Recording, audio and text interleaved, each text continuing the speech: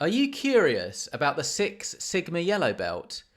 Do you want to know everything that's involved with this position and how it's different from the other Six Sigma belts and what those even are? Also, what is required to be a yellow belt? Well, regardless of why you are here, you are in the right place. As a project management professional with decades of experience working with different methodologies and frameworks, I thought I'd pull together a video that breaks down all that you will want to know about the yellow belt in a simple, understandable and logical way. So in today's video, we are going to be looking at the Six Sigma methodology, what a Six Sigma yellow belt is and how they fit within that methodology, the other belts to be aware of and how the yellow belt fits in with them, the roles and responsibilities of a yellow belt and the skills and knowledge areas required to be one, perhaps more importantly, an effective one, how much somebody typically earns in this position, and much more along the way. So let us quickly walk through Six Sigma. Well, Six Sigma is a set of techniques and tools designed to improve processes. It was created by engineer Bill Smith at Motorola in 1986. By using data and statistical analysis, problems can be found and fixed.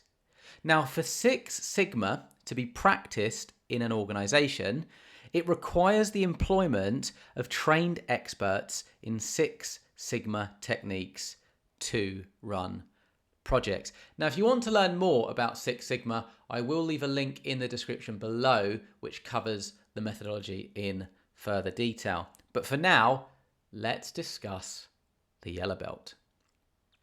Imagine being part of a sports team where every player has a crucial role, from star player to supportive team member.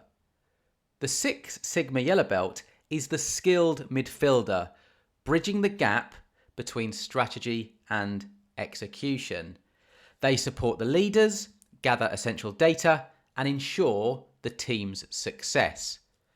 This foundational role is vital in transforming processes and driving quality improvements within an organisation, making every project a winning game. So in Six Sigma specific terms, a Six Sigma yellow belt is a professional who supports process improvement projects by assisting with data collection, basic analysis, and process mapping. They provide essential support to green and black belts, helping implement Six Sigma methodologies within the organization. So I've mentioned green and black belts here. Let us understand all of the different Six Sigma belts and roles. So Six Sigma uses a belt system to designate expertise and roles within the methodology.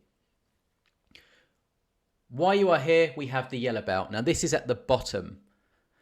They have a basic understanding of Six Sigma, and in terms of responsibilities, we'll touch upon that in a minute. Next, we have the green belts. They have an intermediate level with deeper knowledge of Six Sigma. Now, in terms of responsibilities, they lead small projects, analyze data, and implement Six Sigma tools. Then we have black belts. They are advanced practitioners. They lead large projects, mentor green belts, and drive significant improvements. And right at the very top, we have master black belts. They are experts. They are strategic leaders. They oversee Six Sigma programs. They train and mentor black belts, and they ensure alignment with business goals. So with this all in mind, let us delve deeper into the roles and responsibility of a Six Sigma yellow belt. The primary role of a yellow belt is to support other Six Sigma roles and the overarching project team. They contribute to the success of improvement initiatives. So in terms of what they would do on a day-to-day, firstly, it's supporting project leaders. So as I say, they assist green belts and black belts on the execution of Six Sigma projects. So that support can be helping to implement project plans or ensuring tasks are completed on time. As part of that, gathering and managing data for analysis is crucial. So collecting relevant information from various sources, ensuring accuracy and completeness to aid in the identification of problems and the measurement of improvements. A yellow belt also actively participates in problem-solving sessions.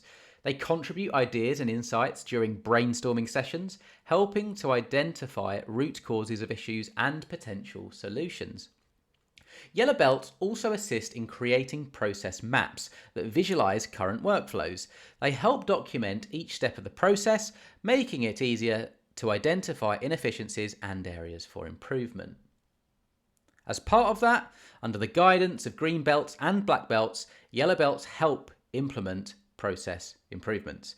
They assist in applying changes and ensure that new processes are followed correctly. A yellow belt is also responsible for monitoring the progress of improvement initiatives. They track KPIs or key performance indicators and report on the effectiveness of implemented changes. This helps ensure continuous improvement. Part of this is maintaining thorough documentation of project activities, helping to keep records of meetings, data analysis, process changes and outcomes, ensuring transparency and facilitating future reference. Then there's a whole communication and coordination piece. They are vital within the project team for this, ensuring that team members are informed about updates, timelines, and any issues that arise. And yellow belts also share a responsibility to participate in training sessions to share their knowledge and experience with other team members. They help to build a culture of continuous improvement by promoting Six Sigma within the organisation. So moving on from this, the kind of key skills and knowledge areas required to be an effective yellow belt. Firstly, they need a basic understanding of DMAIC. So this is a process, it's an acronym which stands for Define, Measure, Analyse, Improve and Control. Now understanding the basics of this methodology is crucial for participating effectively in projects. Yellow belts also need to have a basic knowledge of statistical tools and process mapping. So understanding how to collect, organise and interpret data to support decision-making processes is absolutely crucial.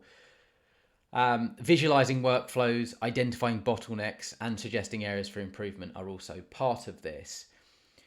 Yellow belts should also be equipped with basic problem-solving skills. So this should include tools such as the 5 whys, brainstorming, the fishbone diagram, which all help identify root causes and develop solutions. Now, these are particularly pertinent to the Six Sigma methodology. Lean principle knowledge is beneficial too. Yellow belts should know basic concepts like waste reduction, 5S, sort, set in order, shine, standardize, sustain, and continuous improvement to enhance process efficiency. Data collection and management skills are also very important. Yellow belts should know how to gather data, maintain data integrity, and use data effectively, as we've been talking about throughout this video. They need effective communication. They need to be able to clearly convey ideas, findings, and project updates. They need to work closely with stakeholders, the green belts, the black belts. Team collaboration is all part of this as well. Need to be, enable a productive team dynamic. Basic project management skills would also be very beneficial. Managing tasks, meeting deadlines, and support are all part of the responsibilities of a yellow belt. So any project management skills that they have will benefit them. So if someone wanted to become a yellow belt, let me just quickly walk you through the certification process. It is a structured process designed to equip candidates with the foundational knowledge required to be a yellow belt. So firstly, any prerequisite knowledge would be beneficial. There's no formal prerequisites, but having a basic understanding of quality management principles and an interest in process improvement would help any applicant. Then there are training requirements. So one would need to enroll in a Six Sigma yellow belt training program. Now these are typically shorter than those for green or black belts, and they often last from a few days to a couple of weeks. Now training will cover the fundamentals of Six Sigma, including the DMAIC AIC process, basic statistical tools, and problem-solving techniques. There's then, as part of the training program, there'll be a course. That course includes an introduction to Six Sigma, as I say, the DMIC overview, basic statistical tools, and also lean concepts. Then there'll be an exam at the end of all of that. So after completing the training, candidates are required to pass a certification exam, multiple choice questions that test the candidate's understanding of Six Sigma concepts, methodologies, and tools. Now, some certification bodies, not all, might also include practical questions or case studies to assess one's ability and the application of knowledge. Sometimes there is project participation required. So while not always mandatory, many certification programs encourage or require yellow belt candidates to participate in a Six Sigma project. This hands-on experience helps reinforce the concepts learned during training and demonstrates the candidate's ability to apply Six Sigma tools in a real-world setting. Now then, at the very end of all of this is the certification. So completing the training and passing the exam, candidates receive their Six Sigma Yellow Belt certification. It's recognised globally and indicates the individual has a foundational understanding of Six Sigma principles and can effectively support Six Sigma project. Now you're probably wondering, going through this certification process and requiring all of this knowledge, how much money do they earn? Well, a Six Sigma Yellow Belt typically earns around $70,000. Now bear in mind, this can differ depending on the industry and the particular organisation. So I also just want to leave you with some real world applications of how a yellow belt would interact with and work on projects. So firstly, in manufacturing, yellow belts assist in reducing defects and improving product quality. So they support green and black belts, as we know, such as streamlining production lines, optimizing assembly processes, and improving quality control procedures. For example, a yellow belt might help collect and analyze data to reduce scrap rates in a factory.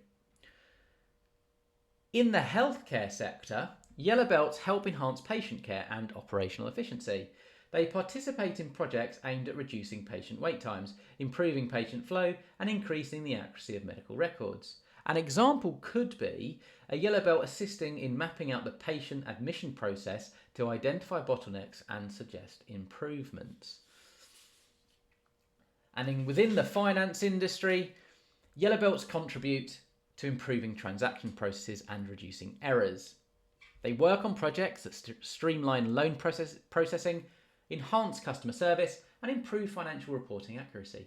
For instance, a yellow belt might help in analysing data to reduce the time it takes to process mortgage application. And that is the Six Sigma Yellow Belt. I hope this video is useful. If you have any questions, comments, or feedback, be sure to drop them below and I will get back to you. There'll also be other links in the description of very similar videos, like what is a Six Sigma green belt, what is a Six Sigma black belt. And with that said, best of luck, and I hope you have an excellent day.